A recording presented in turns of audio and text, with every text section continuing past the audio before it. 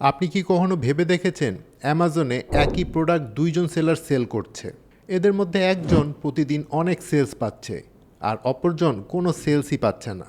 মজার ব্যাপার হলো এদের প্রোডাক্ট একই, প্রাইসও একই, আবার সাপ্লায়ারও একই। তাহলে সমস্যাটা কোথায়? আজকের ভিডিওতে আমরা জানবো কেন একই প্রোডাক্টে একজন সেলার সফল হয় আর আরেকজন পিছিয়ে পড়ে। অনেক সেলারই মনে করে যে অ্যামাজনে ভালো প্রোডাক্ট পেলেই ভালো সেলস আসবে, কিন্তু বাস্তবতা হলো প্রোডাক্ট ইম্পর্ট্যান্ট হলেও এটাই কিন্তু একমাত্র কারণ না। অ্যামাজনের algorithm, listing quality, PPC strategy, customer experience সব কিছু একসাথে কাজ করে। এই কারণে সম্পূর্ণ একই প্রোডাক্ট হলেও দুজন দুই রকম রেজাল্ট পেতে পারে। প্রথম কারণ হলো লিস্টিং কোয়ালিটি। যদি আপনার টাইটেল, বুলেট পয়েন্টস, ডেসক্রিপশন এবং ব্যাক এন্ড কিওয়ার্ডস ঠিকভাবে অপটিমাইজ করা না থাকে তাহলে অ্যামাজন আপনার প্রোডাক্টকে রেলিভেন্ট সার্চে কম দেখাবে। অন্যদিকে ভালোভাবে অপটিমাইজ করা লিস্টিং বেশি ইমপ্রেশন এবং ক্লিক পাবে। অনলাইনে কাস্টমাররা প্রোডাক্ট হাতে নিয়ে দেখতে পারে না, তারা ডিসিশন নেয় ছবিগুলো দেখে। যদি আপনার ইমেজ প্রফেশনাল না হয়, লাইফস্টাইল ইমেজ না থাকে, ইনফোগ্রাফিক্স না থাকে, সেক্ষেত্রে যেসব সেলারের ইমেজগুলো ভালো, কাস্টমার তাদের কাছে চলে যাবে। একই প্রোডাক্ট হলেও ভালো প্রেজেন্টেশন কিন্তু আপনাকে বেশি সেলস এনে দেয়। ধরুন দুইটি একই প্রোডাক্ট, একটা রেটিং 4.8 সাথে 2000টা রিভিউ, অন্যটির রেটিং 4.2 এবং মাত্র 25টি রিভিউ। আপনি যদি একজন কাস্টমার হয়ে থাকেন তাহলে আপনি কোনটা কিনবেন? অবশ্যই প্রথমটা। রিভিউজ কাস্টমারের জন্য ট্রাস্ট তৈরি করে, আর যত বেশি ট্রাস্ট তত বেশি কনভার্সন। অনেক সেলার ভাবেন আমি যদি অন্য সব সেলারদের থেকে কম প্রাইসে বিক্রি করি তাহলে ওদের থেকে আমার সেল বেশি হবে। আসলে বিষয়টা সবসময় এভাবে কাজ করে না। কাস্টমার সবসময় কিন্তু কম প্রাইস দেখে না, দেখে হচ্ছে প্রোডাক্টের ভ্যালু। ভালো লিস্টিং, ভালো রিভিউ, ফাস্ট ডেলিভারি এবং ব্র্যান্ড ট্রাস্ট থাকলে একটু বেশি প্রাইস হলেও অনেক কাস্টমার সেটাই কিনবে।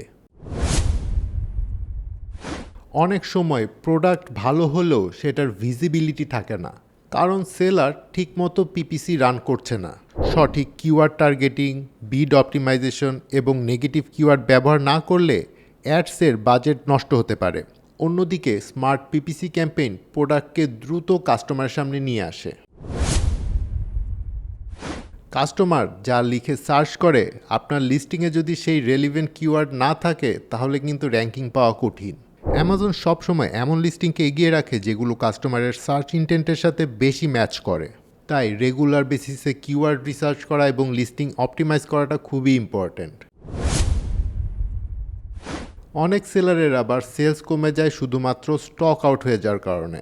কারণ প্রোডাক্ট স্টক আউট হয়ে গেলে অ্যামাজন কিন্তু সেটার ভিজিবিলিটি কমিয়ে দেয়। পরে রিস্টক করলেও সেটার র্যাঙ্ক আগের পজিশনে পৌঁছাতে সময় লাগে। তাই ইনভেন্টরি প্ল্যানিং খুবই ইম্পর্ট্যান্ট। যেসব প্রোডাক্ট প্রাইম এলিজেবল বা দ্রুত ডেলিভারি দেয় সেগুলোর কনভার্সনও দেখবেন বেশি, কারণ কাস্টমাররা অর্ডার করার পর দ্রুত প্রোডাক্ট হাতে পেতে চায়। তাই ফুলফিলমেন্ট মেথডও সেলসের উপর প্রভাব ফেলে। নেগেটিভ ফিডব্যাক, বেশি রিটার্ন রেট বা বেশি কমপ্লেইন থাকলে অ্যামাজন ধীরে ধীরে আপনার লিস্টিংয়ের পারফরমেন্স কমিয়ে দিতে পারে, কারণ অ্যামাজন সবসময় কাস্টমার এক্সপিরিয়েন্সকে সবচেয়ে বেশি গুরুত্ব দেয়। সবচেয়ে বড় পার্থক্যটা এখানেই। সফল সেলাররা একবার লিস্টিং পাবলিশ করে কিন্তু বসে থাকে না। তারা নিয়মিত পিপিসি অপটিমাইজ করে, সার্চ টার্ম রিপোর্ট দেখে, নেগেটিভ কিওয়ার্ড অ্যাড করে, ইমেজ আপডেট করে, এবি টেস্ট করে, কম্পিটিটর অ্যানালাইজ করে এবং লিস্টিং ইমপ্রুভ করে। অন্যদিকে অনেক সেলার মাসের পর মাস কোনো কিছু না করেই বসে থাকে, তাই রেজাল্টও ভালো আসে না। অ্যামাজনে শুধু যে একই প্রোডাক্ট থাকলে রেজাল্টও একই রকম হবে এমনটা না, বরং প্রোডাক্টের সাথে স্ট্র্যাটেজি, অপটিমাইজেশন এবং কনসিস্টেন্সি, এই তিনটির সমন্বয়ই একজন সেলারকে অন্যদের থেকে এগিয়ে রাখে। সো অডিয়েন্স, এবার আপনি কমেন্ট করে জানান আপনার মতে অ্যামাজন সেলারদের সবচেয়ে বড় ভুল কোনটি। আর আপনি যদি অ্যামাজনের অ্যাডভান্স স্ট্র্যাটেজিগুলো শিখতে চান তাহলে ইকম ক্লিপস একাডেমির অ্যামাজন মাস্টারি প্রোগ্রামটা দেখতে পারেন। এবারের মতো বিদায় নিচ্ছি। Thanks for watching.